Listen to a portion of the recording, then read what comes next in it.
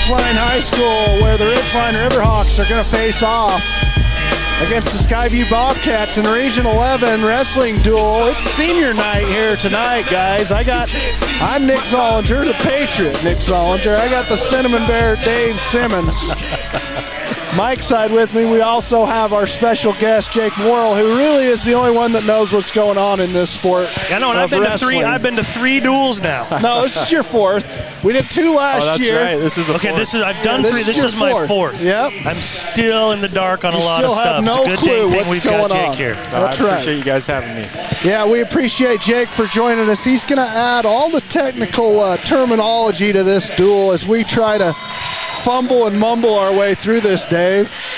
Ridgeline has had a heck of a wrestling season. This is the last wrestling duel of the season, region duel of the season for the Riverhawks. They have, I'm guessing, 7 teams. So they're 5-1 at this point. They lost to Bear River in a narrow fashion by 6 points. Bear Rivers, who won Region 11 in the wrestling. So you know me, I'm not the numbers guy here, but that means that Bear River's the #1 team in the region right now? Yep. And is Ridgeline in sole possession of 2, or are they and Mountain Crest tied at 2?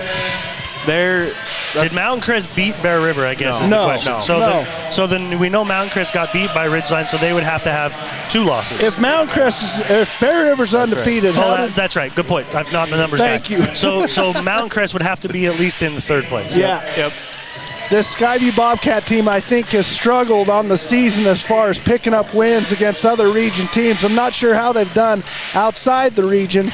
I know they have a couple of placers from last year's state tournament. Preston Smith, their heavyweight, he's a last year 4th place placer in the state tournament. And then Cason Link, I've known him since he was probably 7 years old. He's a heck of a wrestler for the Bobcats as well. He's a 4th place finisher in last year's state tournament as well. Ridgeline's going to bring back 4 state placers. 4 state placers from previous state championship matches, and all but 3 from this lineup, Dave, are state qualifiers from last year. So a lot of good experience, a lot of seasoned wrestlers here, although you don't have we just did senior night, folks, so we did have quite a few seniors out there. But when you look at the roster top to bottom, there is 2, 4, 6, 7 seniors. That's about half your roster. Half our varsity team in seniors. So there is a lot of seasoned seniors out there that are going to try to carry this team into the, they call it districts or divisionals. What's the next? Divisionals is the next step. It's the next step, and that's what qualifies them for state. So you go to divisionals, which is like they kind of segment the state into 2 different groups, right? That's right. And then they take the top 32 in each weight category. The top 8 placers in each weight will then be the ones that qualify for state. So it's 16 in a bracket. Well, we are started with Sam Rassie for Ridgeline. He's going to face off against Quinn Goodridge for Skyview. Rassie, one of those seniors for Ridgeline, is a little hand fighting with Goodridge right now. Guys, I swear there was 2 refs last time. And Sorry, I said, there were. There were. And is that not a normal thing? They only have 1 today. It will vary back and forth. 1 is probably most typical. May depend on availability of the refs, but you can get by with just 1. I think I said Goodridge. It's Goodridge. Okay. Quinn Goodridge out there for the Bobcats. Rassie looking for position here. No points scored. Tries some shot right there. Good stop. Good stuff by Rassie, and now he's got his elbow. He's got his elbow and he's got his head tied up. Front headlock position if he can pull him to the mat and get behind. He's working to get behind, but he's not on the mat now. Oh, now he's got him in a... He's going for a spladle. That's the spladle right there. Spladle. And he's pinned. The ref didn't see it, but he was pinned for just a moment. I do not want to be in a spladle, boys. No, we talked about the spladle last time, I think. My body does not spladle. No, you would have just tore both hamstrings and both growing muscles, and Dave would be out. I'd be in a wheelchair. Well, Rassie unable to finish the spladle. Now, that's why you need 2 refs. That's exactly. Somebody else would have seen that. Now Goodridge in control of this match, but down in points as Rassie got the near fall. and it's 7-2 in favor of Ridgeline and Rassie. And now the escape point for Rassie. I'm pronouncing that right. Yep, right, Jake? Sam Rassie. Rassie, yep. okay. You're right. So Rassie gets the escape points. He's up 8-2 in this match in about the last 10 seconds of the first period. I think we're going to end in an 8-2 advantage for Rassie. Oh, he's got to check his headgear. Yep, repositioning the headgear, and that's the end of the first period. A great job by Rassie and that spladle. That happened quick. He was looking like he was trying to get him in like a head and arm, and all of a sudden usually what will happen is when the offensive wrestler will shoot in on the leg, and the guy defending can kind of hook his leg around the other guy's leg, reach for the far leg, put his ankle over his head and kind of roll to his back. Yeah, and that oh boy. My ankle does not go over my head. Your ankle doesn't go over anybody's head. Whoa, suplex! Suplex! We're getting some good action in this match. Oh, yes, we are. Rassie's starting us off hot. And I think we missed it there, but Goodridge chose bottom after Rassie deferred to the third round. Oh, looking for a little bit of a cradle here. He's not able to finish it, but now he's still working on it. Locks up that near side cradle. Oh. Goodridge able to break his lock and roll back to his belly. But near fall points for Rassie, and now he's got an 11-2. Looking for a tech fall here, maybe on points for Rassie to start this one up. And that's 5 points, Jake, or 4? 4. So you can get a maximum. A technical fall is worth 5 team points. And a pin is worth 6. Pin's worth 6. And I think we got a pin right there. A ref needs to call it. Yeah. The ref a little slow on the pin calls tonight, but we finally got one as Rassie gets Goodridge to the mat and finishes him off with, I didn't see how much time was remaining in that second period, but a second period pin and a 6-point lead for the Riverhawks to start this duel off against the Bobcats. Good start. Sam Rassie setting the tone. Now, why do I not remember Sam when we wrestled Mount Crest? Did he wrestle? He wrestled Stetson Bingham. I think it was our last match of the night. It was actually a pretty close one. Okay, maybe that's why. Now, Mac Rutledge was right. Okay, maybe Sam's went up a weight. I can't remember. That was a good match against Stetson Bingham. Yep. Easton Waldron now and Carson Lyon. Yeah, Easton Waldridge, another senior for the Riverhawks, facing off. How's Easton done this season, Jake? He's done all right. He's been our varsity guy. He's definitely won some matches.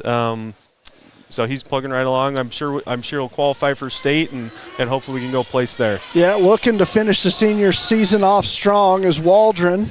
Been a part of this program, I think, all 4 years. I remember watching him wrestle last year. Yep. Nick, did you say this is the last duel of the region season, or is it just the last home one? This is the last duel of the region season, I believe. Right, Jake? Yep. Let me just verify that. But I think they move into divisionals, or they may have a I don't think there's any more tournaments. I think it's just divisionals. It's interesting because, I don't know all sports aren't the same, but So this is their last duel of the season, and then a week from yesterday and today will be the divisionals down at Dixie. Where are we on this thing? Okay. I mean, it's interesting, but I guess basketball games you're doing 2 a week. Yeah, a few more games. But the basketball still got almost half of region left. Yeah. Yeah, we've only played one team twice. Half. Yeah, so Waldron looking to get to the legs here of Lyon.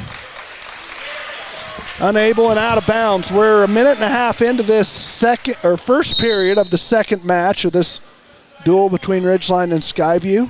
Oh, there we go. Now Waldron gets to a leg, but a good stuff by Lyon. Keep driving forward. He's got to turn the corner. Pick that leg up. Hey, he's picked it up. Oh, and we're out of bounds again. Woo! Lyon almost smacked his head on the basketball court. I was going to say, almost ran out of mat there. Yeah, he did. Waldron doing a good job of staying with that single leg, but now he's asking for time. Like some injury time maybe after that fall. Yeah, he might have smacked his head on the mat. And they definitely take that head trauma very seriously in all sports, but especially wrestling and football, where it's such a physical contact sport. I just love the environment of a wrestling match, though, Dave. Yeah. You know, with the lights off and the spotlight right there on the hawk in the middle of the ring. And it can get rowdy. It gets rowdy. Yeah. It's fun. That Mountain Crest one was high energy. An environment we hadn't seen, Nick. Yeah, it was great. It was great. Good to see the gong back. Yeah, the gong is back, and they brought the spotlights out too. So when they get a pin, you'll see the spotlights in the corner that'll light up the wrestler. I think clear until he bangs the gong. So. Yeah, I know the Mount Crest administration had beef with the gong in the Mount Crest match, so they got him outlawed for that particular duel. But they're back. The gong is back. Waldron. Easton Waldron. And we got a stall warning there against Skyview. Okay. So warning goes to Skyview in this first period. It's about in the books with a 0-0 tie. Neither wrestler able to make much ground on the other. And I see Skyview's going to defer. Wait a minute. Okay, so Ridgeline deferred in the first match, and now Skyview has pick. Skyview has first choice, and they choose bottom. They deferred, actually, and I think Waldron chose top. I thought I saw the Skyview wrestler. I was looking away, arms. So you're probably right. Waldron. What does it mean to defer? Defer means in the second round, good reversal. It'll be someone. They'll give someone a choice. If you defer, that means you're deferring your choice to the third round. So the other wrestler will have to choose at that point, top, bottom, or neutral, and then you will have your choice in the third round. How do they decide who gets the choice to defer? So at the beginning of the match, they'll flip a coin and decide which side gets their choice in either the odds or the even matches, and at that point, it'll just switch off for each match. Alternate for each odd or even match. Who gets their choice for. Come on, Dave. We covered this the first go. Well, hey, you can't expect me to remember all these rules. I barely can remember the double unders. Waldron chose control to start this match. A nice reversal by Lyon. He got him the first points of this match. 2 points on the board for Skyview, and Lyon is up 2-0, but Waldron going to work. That was a bit of an overhead Granby that he attempted. Didn't get escape, but got right to his feet. Overhead what? Granby. Granby? Yep. Lyon looking to get a crossface in and get more control of Waldron. Waldron doing a good job of building a base and trying to get. He's staying active and trying to get to his feet, looking for reversals. Now he's in a little bit of trouble. Yeah, he needs to build back up to his base and try to get a foot on the mat, get hand control, where he can get to his feet and get an escape. There's that. He's trying to work to that base. Dave, when he says that, he's trying to get to his hands and his knees, basically on a 4-point stance, if you will. Mm-hmm. And then from there, either work to get the legs out or work to stand up and get to your feet. So there was another attempt at the overhead Granby. Oh, now he's in bad position. And he kind of got out of position, grabbed his head, and Lyons was able to use that and push him to his back. Yeah, Lyons got him in a tricky situation here. Waldrons are going to have to really fight to get out of this one, and there's the pin for Skyview. So a nice job by Lyons of getting the Bobcats on the board with a pin of their own to even this match 6-6. So was that a technical mistake, Jake? Did a little bit. Once he kind of tried that overhead Granby and then he reached back to grab Lyons' head, and that's a bit of a no-no. That's a no-no. You never want to reach back for the head. Why? It opens you up for them to be able to, opens your chest up. They can put in a half Nelson easily and push you to your back. So he gambled and it didn't pay off. Anytime you reach back behind you for that head, you're just looking for trouble, and that's exactly what Lyons got Waldron in. And now we're starting this third match of the duel, a 6-6 tie between the Bobcats and the Riverhawks. And this one is going to be Carson Lishman for Ridgeline and Logan Cisneros. And Carson's help me there, Dave, with that pronunciation. Cisneros looks right to me. Cisneros for Skyview. And Carson was in real quick on a single leg and got the takedown. Is up 3-0 already. So the first points, 30 seconds into this first period of the third match of this duel. And here, Lishman up 3-0. And here Carson's running a kind of a barbed wire. Arm. 2-on-1, right? He's got a 2-on-1 there. Yeah, it's kind of a barbed wire hold, but we were able to just horse him over. Oh, and if we can tee out right here, we should get the pin. This is trouble. There it is. Yeah, nice move, hooking that barbed wire in. That's when you get both arms, Dave, across the body and pull that opposite arm up with the wrestler. And then, like you said, when he teed out, meaning his body was perpendicular to the other wrestler's body. And then you can use that chest pressure, and you got him basically tied up in a knot, and there's nowhere for him to go. And Lishman with a nice job on Cisneros for Skyview. There's the gong. Did you hear it? Yeah, oh yeah, we heard it. Okay, good. Yeah, gets the second pins. 3 matches in, 3 pins, 2 for Ridgeline, 1 for the Bobcats. And we got Sam McMullen's going to get a forfeit, as there is an empty spot in the roster for the Bobcats. That one hurts. Brutal. Yeah, that's that brutal. one hurts. Yeah, so that counts the same as a pin. Yeah. When they don't have someone at your weight, it's 16 points. Yeah, so 16 points pushes the lead out for Ridgeline, 18-6 now. And we're going to have Seth Montier face off against Xander Stokes. Xander Stokes, a football player for Skyview as well, plays running back this last season for the Bobcats, had a really good season. Kind of a load to tackle out there, if you will. Got a low center of gravity for sure. Yeah, runs the ball really hard to tackle. On film, you watch him, and it's just like, okay, how are we going to get this kid on the ground? But he wrestles at the 215, and like you say, he probably gives up, 6 inches to Montier in height? So definitely a lower center of gravity. But you can see his legs are a little bit thicker. Yep. He's got Montier, last time we watched him, he had a great match against another football player for Mountain Crest. Carter Egbert. Carter Egbert, yeah. Thank you for that one, Jake. So Montier's getting a couple of region football foes out there on the wrestling match. And just a little trying to gain control. Each wrestler kind of working the other. There goes a little single leg from Stokes, and nothing doing for Montier. A little head tie. Stokes trying to drag him to the mat. Tries kind of a shuck by, but Seth's able to get out of it and stay squared up. Shuck by, man. I haven't heard that one yet. That's in my 4th match. Never heard the shuck by. No, the shuck by. One thing I've noticed about Montier, he seems to be a very patient wrestler. Like, he doesn't aggressively go for too many. He doesn't put himself in bad positions, I'd say, by rushing into things. He seems very methodical when I watch him wrestle. Yeah, Stokes has some seriously strong quads. Yeah, those legs are like tree trunks out there for the Bobcat. Oh, and Seth's looking to get to that he's back. working what we call a Russian hold. It's where you've got the kind of one guy's wrist, and then your other arm is up by his armpit, and your head is in by his ear. So that's a Russian hold, and Seth was using that to push him around. That's right where Dave wants to get on Susie, right? Kind of up under the armpit and head right near the ear. Just whisper sweet nothings. I don't know if that was supposed to come out here. Well, get her in her. What's it called, Jake? The Russian. The Russian. Yeah. I'm going to write that one speak down. a little Russian to her while I'm at it. You can do that.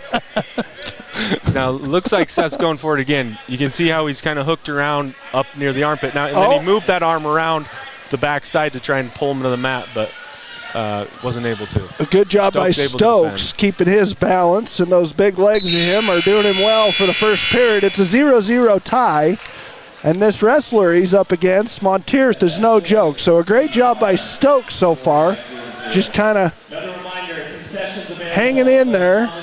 And Seth had choice and took bottom.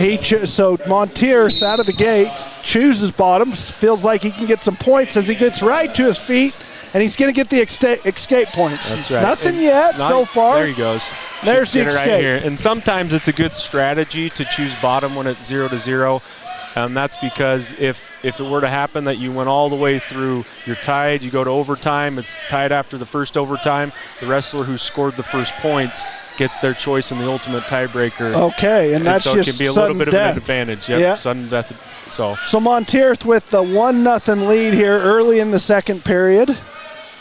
Not a lot of action going on as these two wrestlers are just kind of leaning on each other, one looking for the other to maybe make a mistake. And there Seth goes looking for the Russian again, but Stokes able to pull his arm out. Yeah, Stokes doing a good job of kind of playing defense here for the most part, but Montier not super active as he looks for that Russian again, and nothing doing. And Seth's doing a good job of just driving, moving forward, driving into him. I wouldn't be too surprised if we don't see a stall call here against Stokes in a moment if this keeps up.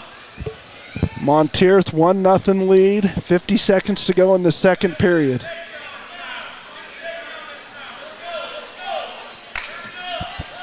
This 215 weight category has been good for the Riverhawks over the course of the season. I'm guessing Montier has got a pretty strong record if you looked at his season and tournament record, as he's going to be going for a state championship. Third placer last year, Dave, in the state championship here is Montier.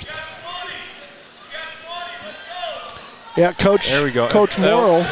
Get into a single leg. Reach for that other leg and tackle him to the mat, and you can finish his takedown here. See if he can do it in the last 10 seconds. Well, I was asking why he doesn't play football, and maybe if he had, he could have got him down, but out of bounds with 4 seconds on the clock, as Montier was very close to scoring 2 takedown points. Yeah, but this one's probably going to go. I would be advocating for stalling against Stokes. Seth's been moving forward basically the whole match, and Stokes has kind of been retreating and hasn't done a whole lot. Coach Morrill getting after Montier, telling him probably you got to be a little more assertive and a little more aggressive with these offensive moves, especially when we're on our feet in a neutral position. And then Stokes, when his choice to start this third round, takes bottom, gets out right away. He gets right to his feet, and now we got a 1-1 tie. As the strategy of Stokes is paying off so far, as he's got Montier in a tie in the third period. Seth's a grinder. Third period, he's usually pretty strong. So we'll see if he can finish out, get a takedown, score some points right here. And here's the takedown right there by Montier. He's got a cradle locked up, near side cradle. We'll see if we can get some back points.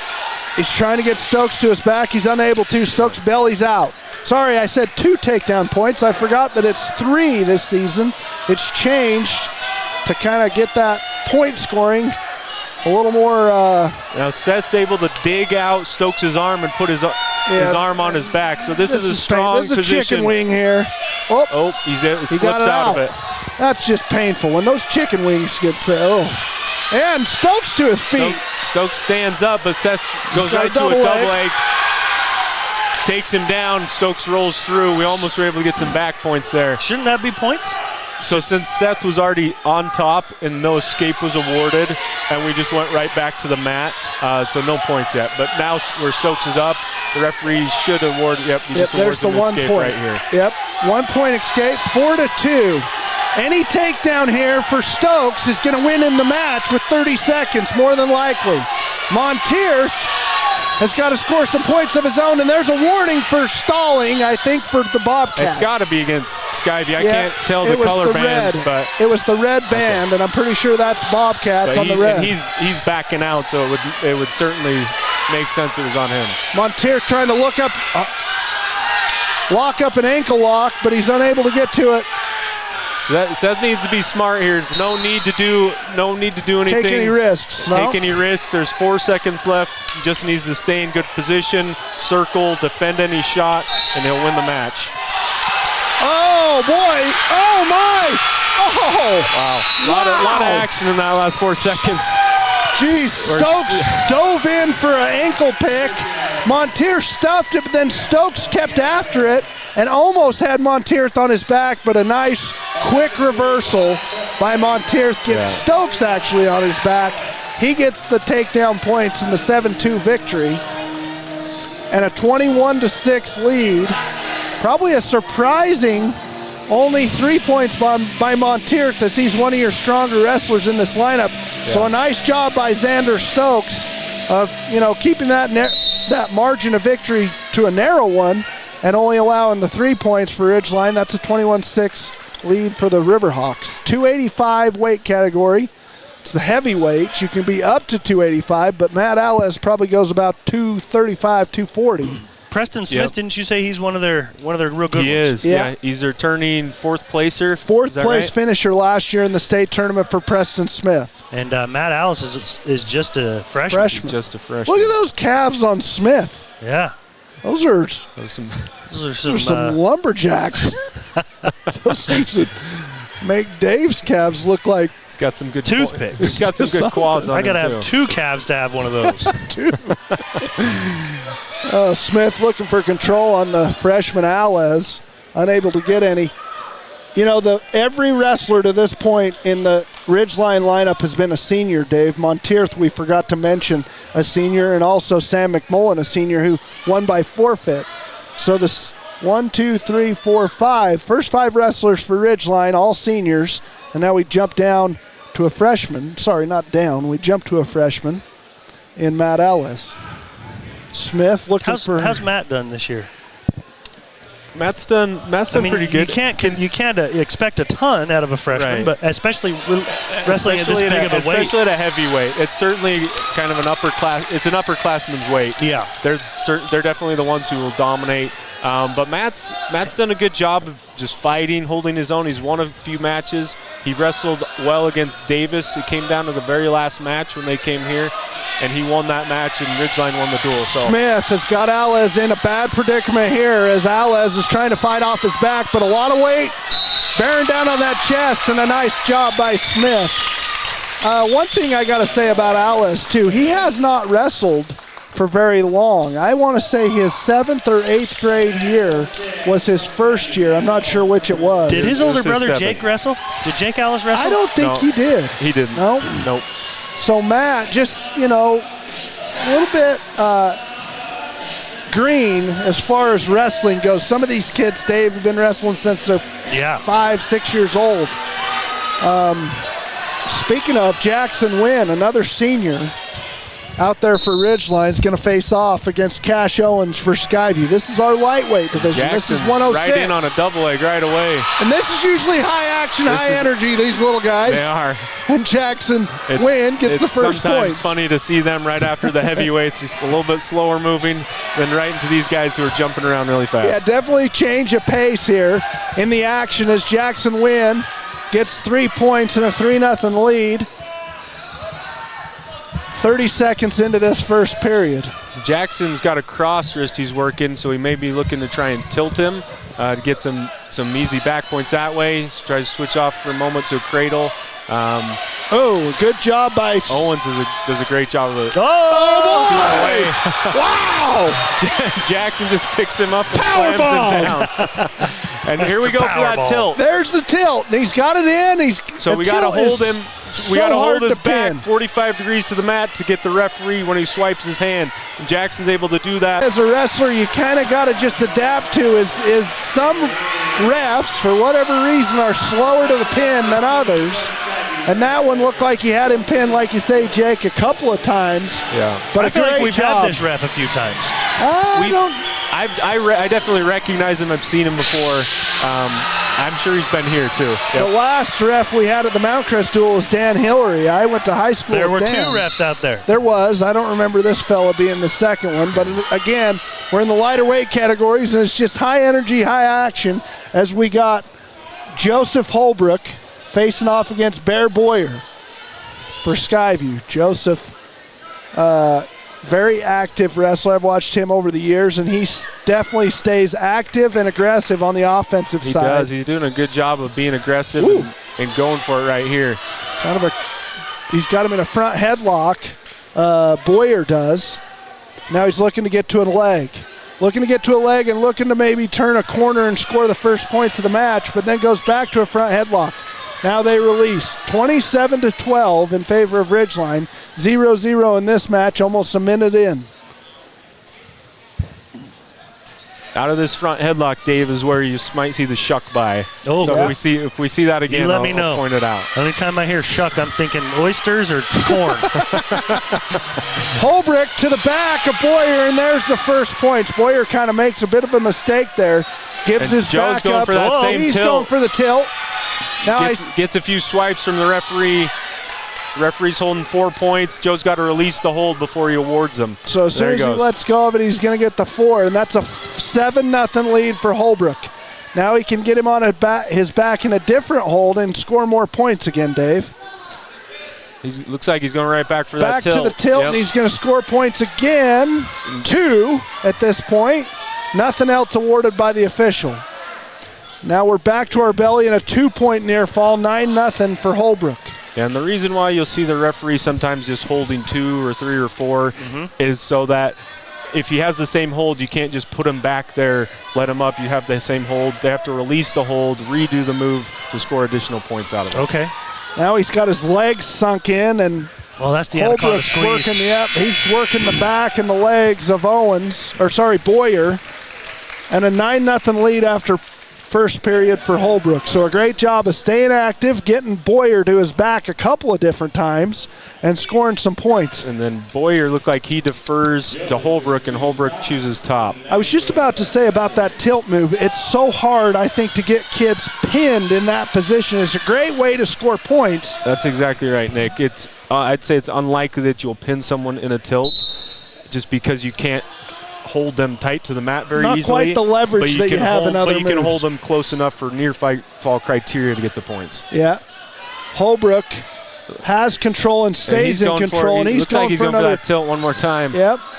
So some wrestlers, Dave, even have tendencies or moves that they like more than others, and Holbrook's is definitely he slips a leg tilt. in right here. So this is a leg ride where you have one leg that's kind of over top of theirs and then is in between their two legs. He steps out of it right here. And this is the full mount. Comes on top. Oh, had the full mount for just a moment. If all you UFC fans out there. He did have it. He could have started raining down blows, but that would have got him kicked out. As Dave. he rained blows upon him. Now I thought we had near fall, but it doesn't look like it's been awarded yet. I thought there were some near fall points as well, but no points for Holbrook. It's just showing 9-0 still, so maybe not. This is the 113 weight category, as Holbrook has control in the second round in a 9-0 lead. Oh, that's a face grinder to the mat there. Joe did a good job of going kind of tight waist where you stick your arm across their waist and then grab their ankle and drive them forward is a good way to stop their first move. Now he's got the right arm of Boyer, and he's looking to get it to the mat, and this is trouble. Oh, Boyer doing a good job of just fighting and staying out of it. Now his arm is stuck in the singlet of Holbrook, but he got, what, 2 there? Yeah, he got 2 more near fall out of that leg right again. So we got 11-0. We're approaching a tech fall, which is if he gets to 15, Dave, and Boyer hasn't scored any points. He has. You get more. Do you get more than 6 for a tech fall? Tech you get 5. 5. So the pins. Oh boy! Now Joe has to be careful here. He's got to be careful. So he doesn't pin himself. Oh boy! And he gave up his back, and Boyer took advantage of it. He's got to be careful here. He just. 15 the referee seconds. Awarded the reversal, but he's able to avoid back points. 11-2 now. Good job by Boyer, scoring some points there on Holbrook, as he had been shut out up to that point with 3 seconds to go in the second period. We're going to end with an 11-2 lead for Ridgeline. Now I was interested to see what they choose, but Boyer's choosing top position right after what we saw happen. Being down 11-2, your only opportunity here is just to get a pin, right? I mean, it's very hard. It's unlikely you're going to score that many points. He chooses top position. Yep. And I've seen it happen time and time again, Dave. You get wrestlers with a big lead, and then they make one mistake and they get pinned, and it's so unfortunate and sad to see it happen. This is going to be a tech fall. Joe did a great job right there of getting a reversal immediately, getting 4 back points, and there's the tech fall. There's your 15-point victory for Holbrook as he reverses out of the control from Boyer. He gets the 4-point near fall and a 15-point victory, and 5 additional points for his team. 32-12 now. Ridgeline in command of this duel against the Bobcats.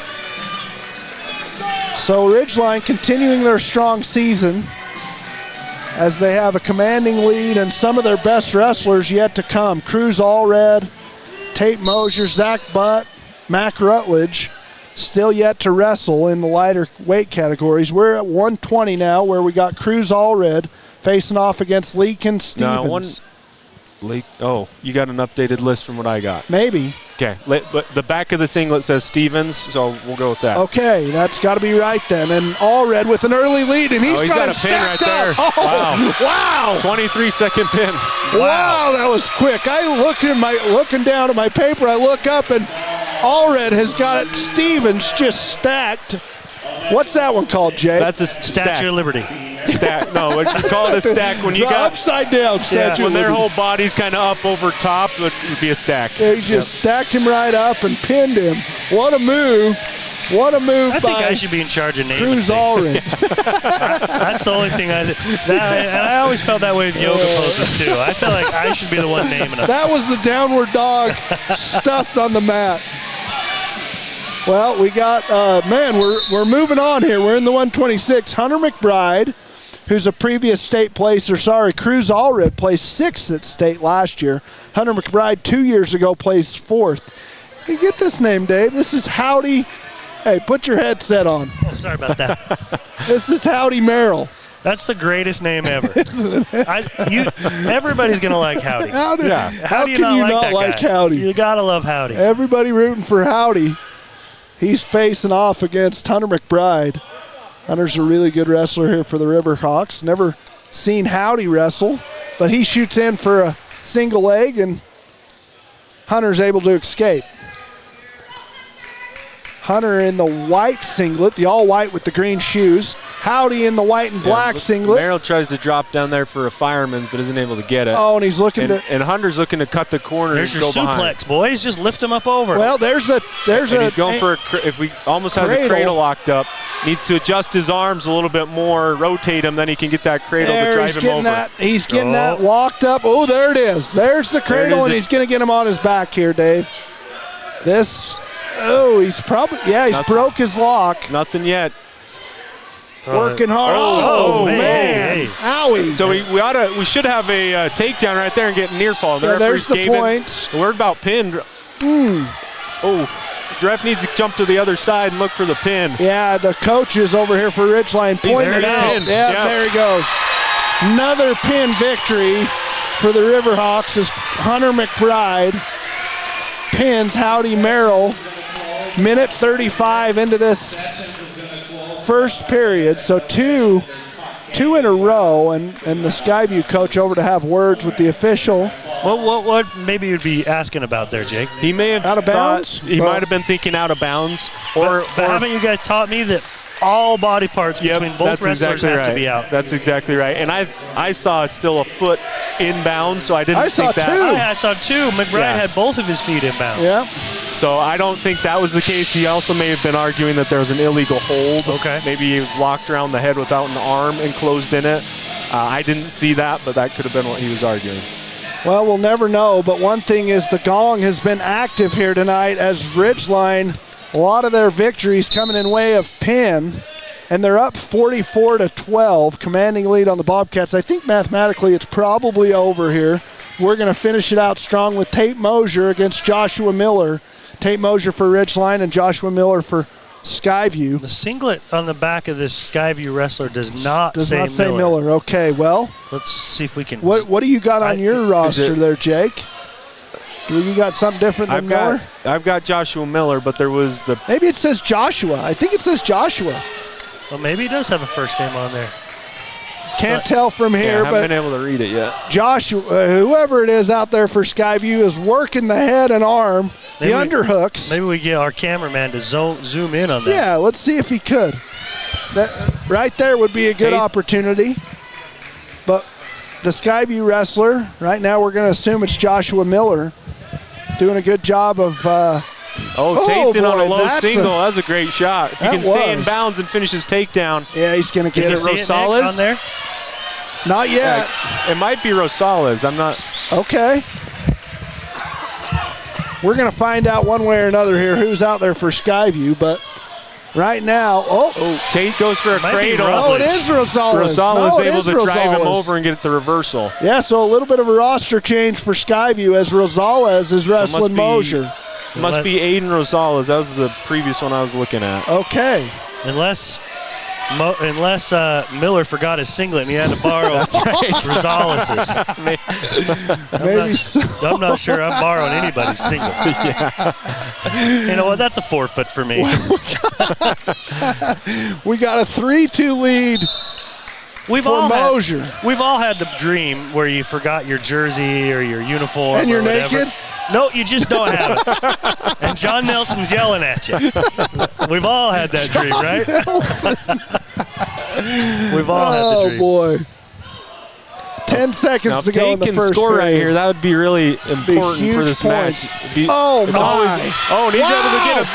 3 seconds. And he might have 2 a pin. seconds. Oh, near. that's saved by the bell right there. Reversal, 3 near fall points for Moser. So he got 5 right there in the last 4 seconds of that match. Yeah. And he's going to defer to the third round. Yeah, Rosales is going to stay neutral. That was a great job by Tate. It's always good when you can score right at the end of a period. Those are huge points. Those are big points. 8-2 now for Moser to start the second period. We're going to start neutral.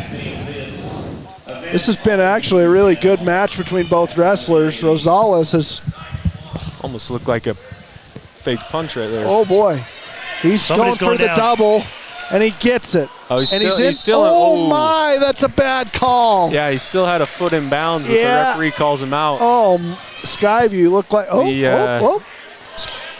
then we had a caution for false start there. That's a jump in the gun. Kind of gave up his move too. He went for an ankle pick there, a low single leg, and now he's just back to hand fighting and Tate's grappling going for a with Tate. Low-level fireman's. Now we're in the front headlocks. This is where we could maybe see another shuck by. Oh, I love a good shuck by. And Moser looking to use that leverage and get Rosales to his back, and now we're out of bounds again. If I'm being honest, though, if somebody did a shuck by right there, I wouldn't be able to say that's a shuck by. I don't know. You have no I just clue. wait for Jake to say, oh, that's a shuck by. We've had a couple of big drops out there by some different wrestlers. He might be bleeding. Yeah. Is he bleeding or is he puking? Bleeding or barfing, one of the two. We're going to keep the camera on the center of the mat. He's bleeding because they're out there doing damage control with the I saw some wet dripping wipes. from his nose. He's bleeding. Well, should we talk about something else then in the meantime? Let's see. What do I got for you here? I got a little something. Maybe name that wrestler that. Hacksaw Jim Duggan. Nope. The Rock. Nope. Time to play the game.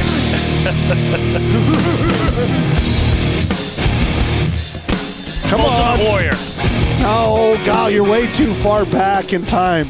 Triple H. I don't know anything. All I know is that. Now, this one you got to get. Everybody knows this one. Everybody knows this Everybody who? Everyone that's a wrestling fan knows who this one is. Come on. I mean, just put 2 and 2 together. The Undertaker. Okay, thank you. I have no idea about any of that. Let's see what else we got here for you. I don't know that you would. Well, no, you wouldn't even know this one. I wouldn't know anything. This is one of the greatest wrestlers of all time. Oh, we're back. We're back in action. We're back. They got the blood situation taken care of for Moser, and now we're back, and he has an 8-2 lead with about a minute to go here in this second period, and he's looking for a single leg. Nice job by Rosales. You could see Tate going for that same Russian tie that Seth was doing earlier, where he had both of his arms on one of Rosales' arms. He's got a single leg, and he's picking up the ankle, and he gets the 3-point takedown awarded by the official. It's 11-2 now. So Ridgeline in commanding lead of this duel, looking for more points here as Moser has a big lead on he's Rosales. Looking for that same tilt. tilt. That's a tilt there. Pulls him right over into his lap, and he's getting the near fall count from the ref. Yep. And he's got that arm still. Now he's going to stack him up. Slipped it out into a chicken wing. We're still kind of in the same hold, so. And that's painful. Yeah. Yeah. No near fall points awarded yet, but I think we're going to see a pin here in a second. Yeah, that's a pin. Right there, he's about cooked. If Tate can sink his hips a little bit more, that'll help push the shoulder to the mat. Yeah, he's doing a great job, Rosales is, of just fighting this one. But Moser again works that shoulder back to the mat, and he gets the pin with 3 seconds to go. So a great job by Moser getting late points and a late round, second round pin for Ridgeline and a 50-12 lead. 50-12. Woo, this is domination. Next time we have to say Russian tie. Let's call it a Ruski Gastuk, if you don't mind. Ruski Gastuk. That's what I'm going to be calling. Jake and I expect that out of you, by the way. I'll look for it. Zach Budd, another senior here to the mat. He's a past Zach's state placer. going for the Rusi Gastuk. You see the Yep, I see it. The wrist see how and he's the going arm. for the that wrist and the Gastuk. arm. You don't want a piece of that Ruski Gastu. And he's got his head kind of into who's the Skyview wrestler here? This is Tristan Hart. Tristan Hart. Tristan Hart, part of the Hart family, wrestles with Bret Hart and Owen Hart. Bret the Hitman Hart. Oh, yeah. I'm making stuff up now. Tristan, I don't know. Zach Tristan. in on the fireman's right there. And gets beautiful move to get the takedown and the 3 points awarded by Zach Butt. And what was that? Out of bounds? Yep. Out of bounds by the official. Zach's another one of our seniors. He might be the last one. He is. For Ridgeline. Yep. We had Jackson win. Sorry if we didn't mention Jackson. Jackson's a senior. After that first 5 came out, Jackson was our next senior, and now Zach is our last senior Zach's here working for on a senior cradle. night. He's going for a suicide roll. That's where you roll over your own back and put him on his back. And we're able to hold him right there. And he's got him tied up now, and that is locked in. That cradle is tight, and another pin for Ridgeline, and Butt flexes to the crowd. Shows off his strength there with a suicide. You call it a suicide roll or suicide cradle? Suicide roll. Suicide roll once you get the cradle in. Yeah, once you have the cradle, when you roll across your own back, is a suicide. That's the suicide roll. So nice job by Zach Butt, a previous state placer. Now we got Mac Rutledge, who's a sophomore, against Kaysen Leak, who I believe is a junior. I've watched Kaysen wrestle a lot of times.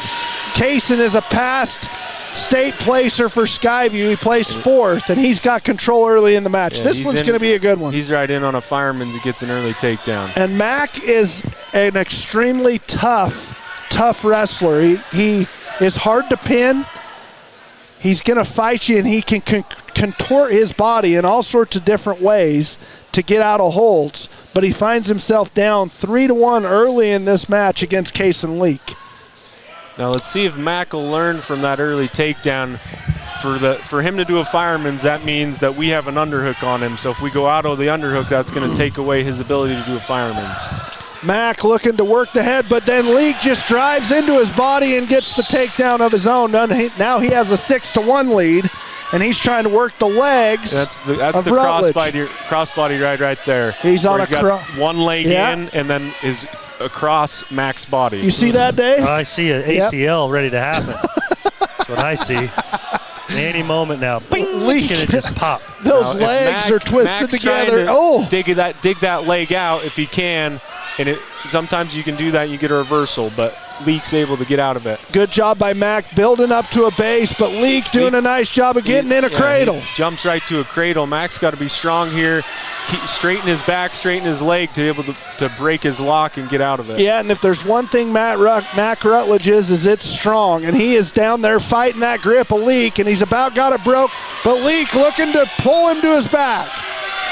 Mac's got a hold of the leg. He lets it go. Now that's in a bad position. He wants to keep his head down right here. If our head comes up, he's going to be able to pull us backwards and get near fall. So we need to keep our head down, keep attacking those hands, try and break them apart. If it's not a splay, it looks like a splay. Mac Rutledge just sprawled out, but we got saved by the bell, though. He can contort that body, Dave. He should play the game of Twister. I think he goes to yoga. He might. I think he goes. He might. Because he is extremely The only pose I flexible. like in yoga is Shavasana. You know what that is? Nothing. You just lay there. That's the end where they just lay there. That's you the get one Shavasana. pose you like. That's the one I like. Well, I didn't see who it's picked the lazy what, daddy is the one I like to call it. But Rutledge is on top and has control in the second round. Yeah, I think Rutledge deferred and Leak had choice and chose bottom. So Leak with the 6-1 lead here going into the second round, and Rutledge has control. And you're going to see Mac try and get his legs in. Yeah, he loves using leg control. He loves to put his legs in. You see him pick his leg up right there. Wasn't able to get it right. Leak reaching back for the head. Don't reach back for the head. No, you don't want to reach back for the head, but he gets away with it, and now Coach Morrill's not happy with the positioning of Rutledge. Uh-oh. And Rutledge gets picked up, and a reversal by Leak. 8-1 now. Kaysen Leak in strong control of this match. Obviously, if Rutledge wants to get anywhere in the state tournament, he's going to have to go through Leak again, more than likely. Leak, a fourth-place finisher last year in the state tournament at this, well, he's at the 144 weight category this year. Don't know what he placed that last year. I'm guessing probably just one down, maybe 138. Yeah, somewhere down there. Now he's looking to get that cradle in again, but a nice job by Mac. Good job, Mac, getting the escape right here. Let's see if we can. Now he's got to score some points. Work for a takedown and get ourselves back into this match. I've watched Kaysen wrestle since he was little. He's always been a strong little bugger, and he's showing off some of that strength as he gets right to a single leg. Mac's able to stop the shot and cut the corner. If he can get all the way behind, maybe hook his leg around, leaks, then he'll be able to get the takedown. So now Mac with 2 points. And he got the takedown and got his leg in. Let's see if we can see if Mac's able to work his legs, work his power half on top right here. This is the position Rutledge loves to be in. He loves to stretch out and get on top and then work that power half, and there it is. Yep, there he goes for it. When he puts his forearm on top of the head, grabs his other hand. There it is, right there. There's a power half. Yep. And Rutledge got the legs locked up of Leak right now, and he's trying to get him to his back. 2 seconds, and that's the end of the second period. 5-8 in favor of Skyview and Kaysen Leak. Kaysen Leak, now Mac has choice, and he's going to choose down. So he's got to get some escape points or reversal to get back in this match. Kaysen Leak with the lead, and now we got a timeout here from the Skyview coach asking to speak to the official. Given his... never mind. I won't say that. He's trying to maybe fight for a few additional points on some reversal situation, but I didn't see anything. I think it's score's all correct. 8-5 in favor of Kaysen Leak. If Mac can get an escape here and a takedown, it'll put him in the lead. So there's here the goes our escape. There's one, and now he's got the Russian. Oh, lets it go. Ruski, I wanted the Ruski. The Ruski. Now he's got a front headlock, and he's looking to turn the corner. Oh, and there he goes. You see him tuck that arm? Oh, and he got the leg, and so there it is. Mac takes the lead. He's up by 1 now. 8-9 favor of Rutledge. And a great job of battling back. Now this is where Mac is so tough. I just don't see Kaysen getting out of this position. If he does, he's going to have to work his guts out, because Rutledge, when he gets those legs hooked into your legs, it's just so hard to fight out of this position, and he puts so much pressure on the back of that head. And right there what the ref called was a stalemate, so neither wrestler was really advancing in getting close to scoring points. Kind of a gridlock. I felt like Mac was staying active there, but nonetheless, Mac's going to stay in control and see if he can get those legs hooked back in underneath Leak's body. Yeah, Mac does a good job of stopping Leak's first move so he doesn't get away. Let's see if he can get his legs back in and keep grinding on him on top and wear him out a little more for this last minute. He's, once again, Dave, just spread him out on the mat, and he's got him on his belly. And when you're on your belly, it's so hard to get any kind of reversal points or anything going, and that's something Rutledge is so good at, is just sprawling you out and keeping you in a weak position. And right there you can see Leak can't get to his knees, he can't get to his elbows, he can't get to his hands. He's just sprawled out, and Rutledge has got so much weight on the top of his shoulders that there's nowhere to go. Now that's a good position. Now Mac's got to be careful here. He can't get too far forward. If he gets too high, then Lee could pull him underneath for a reversal. Rutledge still working that. So if he can stay in bounds right here, that'll keep the top. He's trying to keep him in bounds. Yeah, he's trying to keep him in bounds. 10 seconds.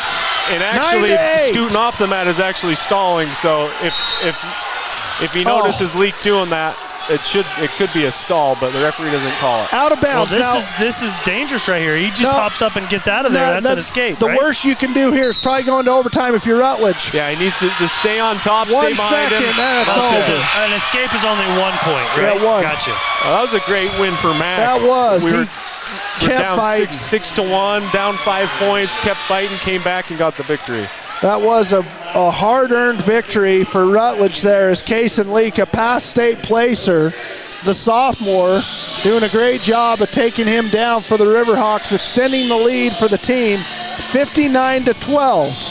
So you got to feel good if you're Rutledge there going into these divisionals and state tournaments coming up, as you've just beat one of the better wrestlers in your weight category, Kaysen Leak, in a comeback fashion. So great job there by Mac Rutledge. I'm telling you, he is a tough little bugger, and someone I would never want to wrestle, because getting there in that position with his legs sprawling you out on your belly, it's just a helpless position to be in.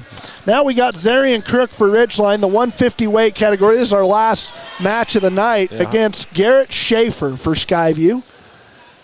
Zarian, a junior here for the Riverhawks. Schaer, I'm not sure what his class is for the Bobcats, but not a lot of action in the first 40 seconds of this one, as no one scored any points so far. And just a couple of looking for a single leg, kind of a cross single leg. Nothing doing. Oh, and Zarian goes for a double leg. Unable to finish. Unable to finish that double by Crook. And now we're back to the center. 59-12 lead for Ridgeline. Going to come out of here with another region victory and go 6-1 on the region schedule. So a great job by Coach Merill. Zarian goes in for a shot, but it gets stopped. Oh, and then he picks up the single leg. Comes around, gets a single leg, and finishes his takedown. So Zarian just not able to fight off that shot by Schaer, and Schaefer's got him on his belly. Now Crook looking to build up, maybe build the base here and get some escape points. 3-0 for Skyview. Working his half Nelson, but Zarian just comes right up out of it. It escapes. Good balance, way to come straight to your feet and then just kind of hop out of that one. 3-1 in favor of Schaer. Doing a little head grappling here. Neither wrestler wanting to call a collar tie when they're both kind of grabbing each other on the back of the neck. Yep. Collar tie. Yep. What's a grapple? Grappling, generally, I would just say it's a term for wrestling. They're not necessarily specific position or situation. So I guess that was the correct description. Yeah, they're grappling. Yep. Yep. Not just hand fighting, just trying to figure out a position. Yeah, trying to just work each other's feelers. 59-12, 3-1 here in favor of Schaer. And did you see what happened there, Jake? Yeah, Zarian chose bottom. Oh, he chose bottom. Okay. So Crook with the second period decision. He goes down and looking to get escape points or reversal here in the second period. Last match of this duel. Nelson got out. Exact same thing happened as last time. Just goes for that half Nelson, and Crook goes right to his feet, and now it's 3-2.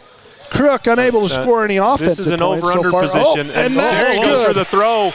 That was beautiful. So that's a lateral drop. Yeah. When you're over-under, each guy has that chest to chest, and he kind of drops to his own back and turns the guy over as he does it. That was a great lateral drop by Crook as he gets Schaer to his back. He's got to be careful there. Oh, my. Oh, it's a pin right there. That is a pin. Yeah, there it is. Nice job by Crook. He stayed patient, he looked for an opportunity, and as soon as he got that lateral drop in, it was all over. As he got Schaer on the mat, he got him on his back, and another pin. That's 65 points. Sheesh. That's a lot of points. The most you can get is 84, so they're not far off of the maximum you can get. So Skyview won 2 matches via the pin. Yep. And Ridgeline won 12. So the max you would have had that winning 12 matches is 72. Yep. So you're only 7 points off a pin in every category or every match of this duel. So a great job by Ridgeline. I've been impressed. This squad, what do you think? What do you think as far as going into state, Jake? I think this might be their strongest team they've ever had. A lot of seniors, which is certainly helpful. I think we had 14 tonight, or this season. 7. Oh, 14 total tonight out here. Yeah, okay. Overall, so. Yeah, and a lot of times those seniors, Dave, when you think about, okay, you're not in the varsity roster, but you're a senior in the wrestling room at practice. That's right. That's a sparring partner that somebody is getting to wrestle, like maybe it's a Mac Rutledge or a Cruz Allred or somebody that's having to deal with a senior that's physically the same weight, but really an 18-year-old that weighs 135 pounds to a 16-year-old. It's just their differences there. A lot of times they are.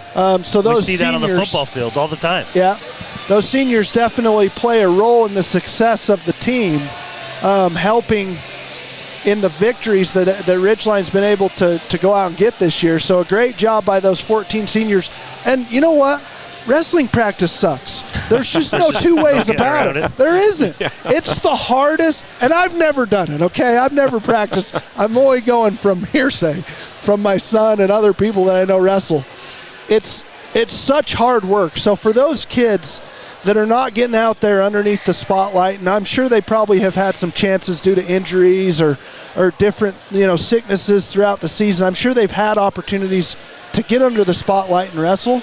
But when you don't as a senior and you stick with it and you stay in that practice room and you stick out your senior year, you got to be commended for something like that, because that's not easy. Absolutely. 100% is just not easy to do. Absolutely. So I take my hats off for those 14 seniors. The 7 that we got to recognize and the 7 that we didn't. I'm sorry that the stream didn't start soon enough. Our software was on the fritz, and we weren't able to pick up the senior night and recognize all those wrestlers that have been in this program for, most of them probably 4 years. Yeah. One thing that's a little bit unique about wrestling too is, and this can apply to those seniors, is more than one individual at each weight can qualify for state. Yeah, so even if they're not varsity here, they can still qualify and go to divisionals, qualify and go to state, and be a state placer. They just may have a really tough person at their same weight at their same school. So tell us again, Jake, the schedule coming up for the wrestlers. Yeah, so next week is divisionals, so that's the qualifying tournament for state. That's next Thursday and Friday at Dixie, you say? At Dixie High School. Do you know where the other one is, where they split them in half? Do you know where the other divisional is held at? I don't recall offhand. But okay. So do the girl wrestlers do the same schedule? Are they going to be down there in Dixie too? They'll have a different divisional. Okay. So they'll be wherever their tournament is held, and then whoever places at each individual weight, whoever places in the top 8 will qualify for state, and then there's the other divisional as well. The top 8 from that divisional qualify for state, and then they just seed them automatically. Whoever got first wrestles whoever got 8th. Whoever got 2nd, 7th. And when is state? And that's in 2 weeks. 2 weeks. So that is on February. It's like the 11th 3rd and 12th. 4th. It's a weird. It's actually, or maybe it's actually 2.5 weeks. That's 3 weeks. 2.5 weeks. It's is it in the middle of the week? Wednesday. Oh, okay, it's kind of a weird. And where is it? Down at UVU. UVU. Yep. That's where they all should be, Centralize it a little bit. The state tournaments should all be at UVU or BYU or whatever facility in Utah County you can find. But to have, the basketball team's got to go to SUU. Oh. Is that where that is this year? Yes, it is. So you saw my face? Just rolls his eyes. I keep hoping that your brother, Jake, will turn his head and I can see if he wants to come up and give us a little post game. But great job here. We could talk about our upcoming broadcast schedule because we got a lot on the docket. Yeah, we do. We got a lot going on here in the next week. So tomorrow night we'll be back on the mic with you for the Ridgeline boys basketball game. They're going to be playing Westfield here at home. Ridgeline will host Westfield for the first time ever here at Ridgeline High School. And then on Monday, it might be the game of the year as far as the girls' basketball team is concerned. They're playing Grantsville, and Grantsville is the #1 team in 3A at 17-0. Okay. Ridgeline, the #1 team in 4A at 18-0. The only other team out there that I see that is undefeated is Snow Canyon at 18-0 as well. That's right. Yeah, and they're the number 2 seed in 4A. Yeah, the Goliaths are going to collide here when we play Grantsville, and then I don't see anybody beating Ridgeline or Snow Canyon in the state tournament. So we'll have that Ridgeline girls game on Monday night. Yep. And then next Wednesday, Ridgeline plays Logan, the boys. Yep, at home, and we'll have that one. And then we have a collision course again for Green Canyon, but it will be at Green Canyon. That's right. So we're going to go out. That's next Friday night. Are you going to go out and watch that one? I don't know what else I'd do. Yeah, I mean, what else are we going to do? You got nothing else going on. There's not a wrestling match going on. I'm going to that, I guess. Okay. Well, this one was really fun. We have Coach Merill. Do you want to? Yeah. We got Coach Jarrett Merill going to join us. Hey, Coach, great job again tonight. Another victory. We've done tonight. Yeah, we've done 2 of these, and you've come out victorious. This one by a pretty wide margin, 65-12 over the Bobcats. How'd you feel like your guys did tonight? Well, thank you. Yeah, they looked pretty sharp tonight. Still want to do a little better in a few positions, but I can't complain too much. The guys wrestled really tough. Yeah, they did. You mentioned you sent me a text before the duel, just mentioning all the state qualifiers that you have in this varsity lineup. When you look up and down your roster going into divisionals, do you feel like you're going to have that many or even more qualifying for state this year as you kind of prepare for the divisionals next week? Yeah, I'm real hopeful. We've got a lot of guys with experience as state previously, and I expect, those same guys should be able to make it again to the state tournament. Hopefully we can, put more than 20 guys in the state. To be competitive at state, you got to be putting that about many guys deep? through. Okay. Yeah, at least. Hopefully we get more than that, but yeah, to be real competitive and, try to compete for a state title, you want, maybe even closer to 25 guys. So okay, so hopefully we can get there. That was going to be my next question for you, was how many guys is it going to take to make a run at the state championship? So thank you for answering that. My next question was, is there anybody that we haven't mentioned here tonight that isn't on this varsity roster that you think has a pretty good chance based on their JV performance or other, performance in the wrestling room that you feel like have a good chance of getting in that state tournament? Absolutely. Yeah, we're fortunate to be pretty deep in a lot of weights, in most weights, really. At 106, we got Luke Mosier as the backup, and that's a really strong backup. 113 going up, we got a freshman in Kimball Jemson, but he's wrestled a lot of junior high, and he's a guy that could get there if he wrestles well at divisionals. 120, Cale Nelson, he may end up at 126. We'll see how that works out, but he's not in the varsity lineup right now, but he's a guy that's been to state before, and I fully expect he can do that again. Grayson Nelson going up to 32. His brother has been to state 3 times, and fully expect he can go there and make a lot of noise at the state tournament. 38, we're going to have a few wrestle-offs to kind of figure out how that all pans out. So 38 is where you got Zach Butt, one of your seniors, and then you got a little depth behind him as well, huh? Yeah. So we'll see who wins that. But yeah, Zach, returning state placer, I expect him to make a lot of noise. And when you say wrestle off, that means that you can only send 2 from each weight category to the divisionals to try to qualify for state. So you got to figure, you've got even so much depth that you got to figure out who you're going to send out of your squad at that weight. That's great to have that much depth. It is. To have a senior starter that's day in and day out in your varsity lineup, and then have a few kids down the line that are fighting for that next position. That's good depth. Yeah, absolutely. And Cash is another one, right? Cash is another one. We're trying to get him healthy. Yeah, because he's a varsity wrestler. He had to have a little surgery mid-season, so we're working with the doctor. We'll find out pretty soon whether or not he's cleared, but he's been doing everything he can besides wrestling to stay ready.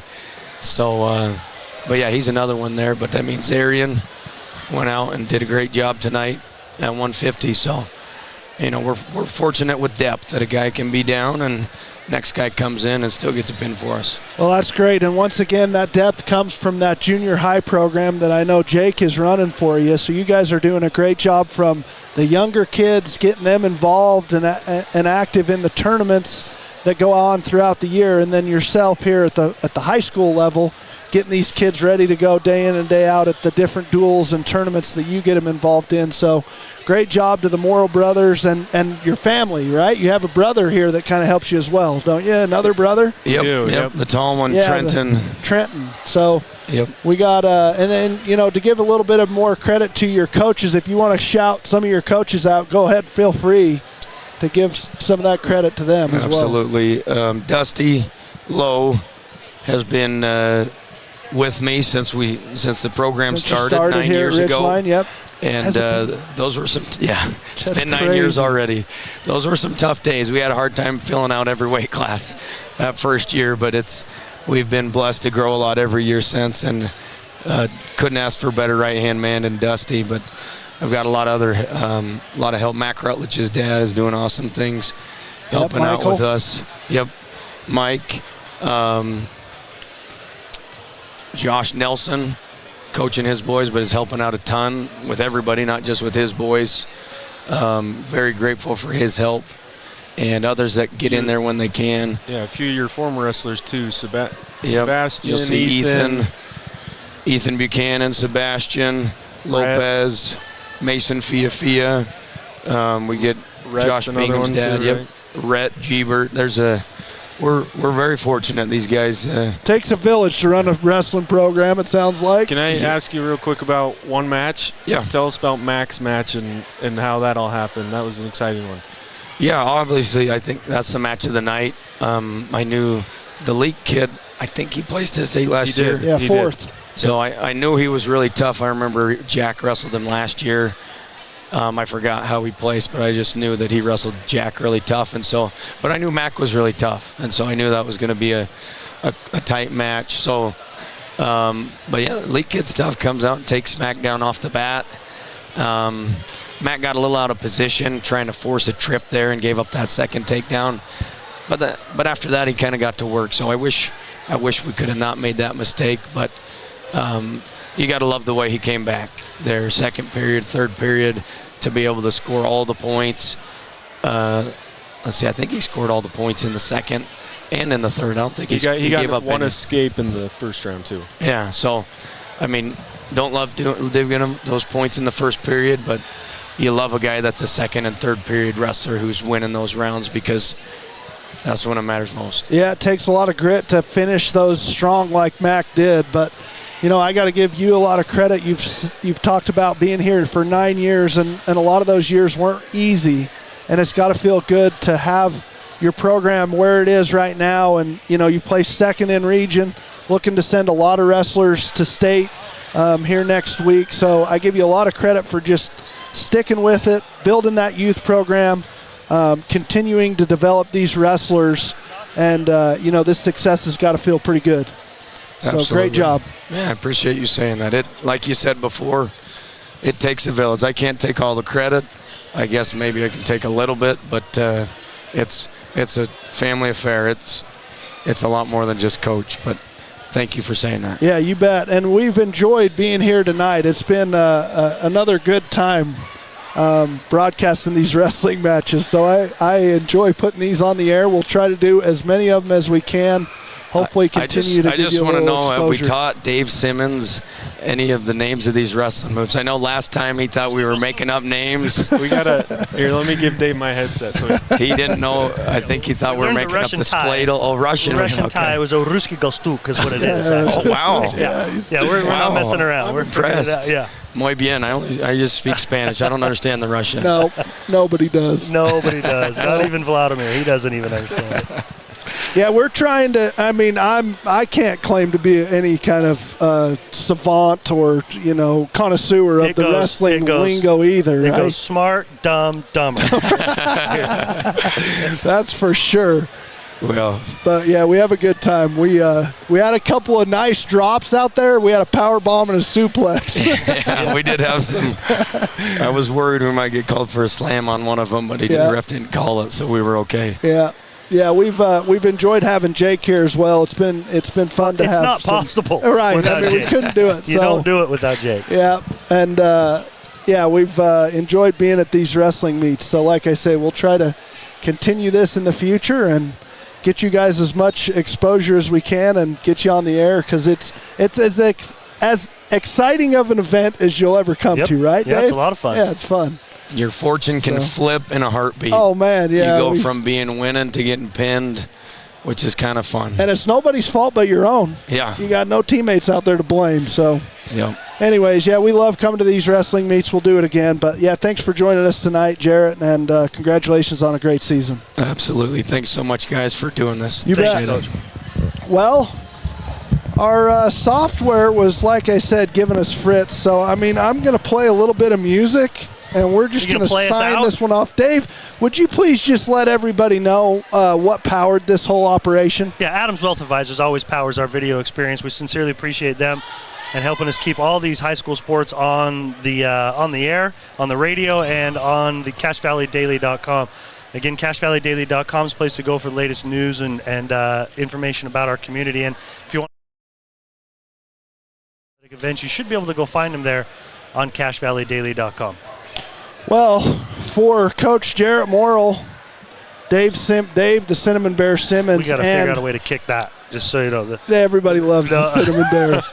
Soft and gushy and just pliable. Red. You can cover it in just chocolate. A little gooey. Yeah, gooey. For the cinnamon bear and Jake Merill. I'm the Patriot. I'm the Patriot. I'm the Patriot. Nick You're Zollinger. the Patriot, Nick Zollinger.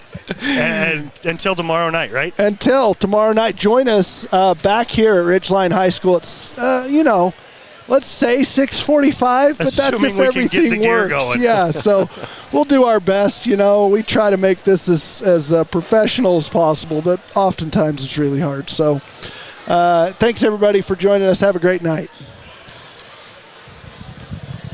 If you smell what the Rock is cooking.